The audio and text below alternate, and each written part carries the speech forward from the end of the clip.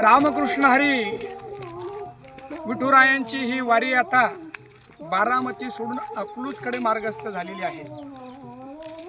छत्रपती शिवाजी महाराजांच्या पदस्पर्शाने पावन झालेल्या राजगड परिसरातून आम्ही निघून पंढरपूरला निघालेलो आहोत आणि दिंडीच्या रस्त्याने जात असताना कधी शहर लागलेत, कधी डोंगर लागलेत, कधी ओसाड भाग लागला, कधी पठारा लागलेत। तर आता जो भाग आहे तो अतिशय सुपीक आणि समृद्धीनं पिका पानाने बहरलेला असा हा सगळा परिसर आहे।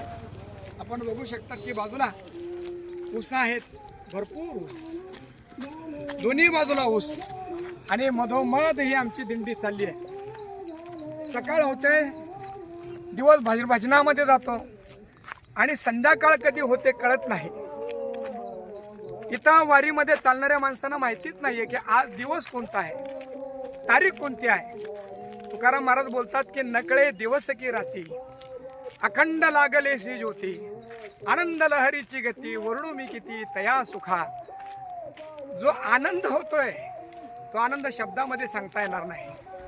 सोबत ढग चालताय, आपण बघतात की कधी ऊन आहे, कधी पाऊस आहे, ऊन पावसाचा खेळ आहे, कधी कधी उन्हांच्या धारा तर कधी कधी पावसांच्या धारा।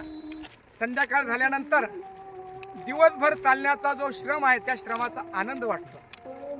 वारीमध्ये झालेला श्रम श्रम नाही तर तो श्रम सुफल झाल्यासारखा वाटतो।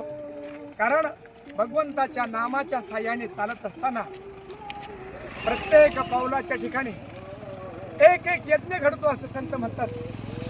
आणि भजनाच्या रंगामध्ये कधी आपण 10-20 किलोमीटर चाललो काही कळत नाही, असा केवळ आणि केवळ आनंद आणि आनंदाची लयलूट म्हणजे ही वारी आहे। वारी निघाली पुढे आहे, जायला पाहिजे। थोडंसं आपल्याशी संवाद करण्यासाठी मागे थांबलोय, परंतु हे सगळं आपल्याला पाहता यावं। ऊसाचं शेत संपलंय, आता केळीचा लागलाय, दाखवा थोडंसं केळीचं शेत सुद्धा वा। आणि आज या निसर्गाच्या सानिध्यामध्ये दोन्ही बाजूला शेत आहे आणि त्या शेतांच्या मधोमधून ही वारी चालली आहे। किती मनाला आनंद आणि किती सुकून आहे। शहरामध्ये कुठं आनंद, श्वास घेणं सुद्धा कठीण, पण या रानातून या वनातून आम्ही निघालो। राहणारी ही माणसं सुंदर आपलं शेत आहे का? वा वा, आपल्या शेतांमध्ये कामं करायची आणि पालखी जवळ आली,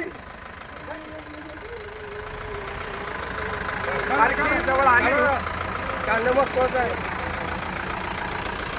मागून गाड्या येतात, थोडासा विक्षेप होतोय, पण असू द्या, तोही व्यवस्थेचा भाग आहे। हे सगळे शेतकरी मंडळी आहेत आणि पालखी जवळ आली की आपल्या शेतातलंच फुल घ्यायचं आणि देवाच्या चरणावर व्हायचं, अशी यांची भक्ती आहे। कांदा मुळा भागी अवघी विठाबाई माझी, असा विचार करणारे ही शेतकरी मंडळी आहेत। काय काम चाललंय आता? आता केळीचे पानं मोठे म्हणजे खोटाला जी घाडाची आडू येते ना ते मोडायला आता त्याचा ही जी आहे ना ही पान, फण्या आता ही मोडलंय मी पान, ही पान मोडलंय, फण्या असते का नाही त्याला हे असं लावायचं, हे असं हे पा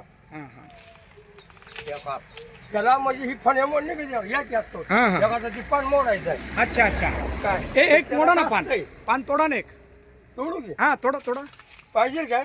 नाही पाहिजे नाही, पण बघू द्या ना कशी प्रक्रिया असते तुमची। बरं थोडा देता इथं उभा राहता। बर बर बर, या बरं इकडे या, तिथनच बघा, तिथून बघा, लय जवळ येऊ नका। अच्छा, आता ही पान घडाला घासते, हा हा हा, इकडे इकडे राम राम। हे फुललंय आता। आता फक्त एक सांगा मला, या घडातून जेव्हा हे बाहेर पडतं ती प्रक्रिया कशी असते नेमकी? ही पण कशी आता ह्याची कबड्डी संपली ह्याची, आता ही खोट मोडायचं आपण, काय काय ही खोट हिथनं मोडायचं, पुन्हा ह्या का ही एवढं काढायचं। आता आपल्या किती फण माहिती द्या बाबा, आता ही खेळ सोडून द्यायचं, 1 2 3 4 5 5 6 7 7 आणि 8 8 9 9 एक फणी कमी आहे, ह्या गाड्या हात लावायचा नाही। आता ही फणी किती पडल्या ऐकायचा तुम्ही मापा घे, 1 2 3 4 5 6 7 8 9 10 11 10 त्याचा ह्या काही हा. ही जर पान घासलं हा तर ही माड खराब होणार होतो. मग असं मोडायचं थांबा 1 2 1 3 1 4 4 1 5 5 1 6 7 7 1 8 8 1 9 9 1 10 10 1 11 11 1 12 1 13 वा. तर आपल्याला वाटतंय आता हे संपलं, हा. हे संपून गेलं. हे फुल आहे का काका हे आता ही कंबळ आहे. हा. आता हे आपल्याला संपलं हा. तर आपण इथलं मोड जात नाही. मग ह्यातलं काय करायचं, हे किती आहे ते केलं हा. एक ठेवायचं. मग ही आपलं बॉक्स बर म्हणजे देव देतो तर भरपूर देतो देताना. आणि आता ही केळ आहे हा. आपली कमीत कमी हा. भगवंतानी बोला. 10 ते 12 लाखाची केळ होती. तुम्ही 10 ते 12 म्हणतात, आम्ही म्हणून 15 लाख मिळेल. ऐका की ही कारण कसं आहे, आता- ही हा. त्यात बी मोड झाड आहे. हा. याला डास आहेत. तेव्हा ह्याचा ही केळ खराब झाली इकडे. बर बर तेव्हा बर. ही खराब असू दे, असू दे. हा. झाली. हे खराब झालं. मग ह्याची वादी लांबत नाही, अच्छा अच्छा. ह्याला घेत नाही ती. मग पण आता थोडक्यामध्ये असं आहे काका की खूप चांगला तुमचा बाग आला हा. आणि संतांच्या पालख्या इथून गेल्यामुळं तोही तुम्हाला आशीर्वाद भेटणार आहे. ऐका तुमचे कष्ट आणि की बाग तुमचे होती आशीर्वाद. इथं बागाची म्हणजे डाळिंबीची बाग होती. असलीच एक एक डाळिंब एक वारकरी शिरला. मग शिरल्यावर गडी एक राखण ठेवला. बर.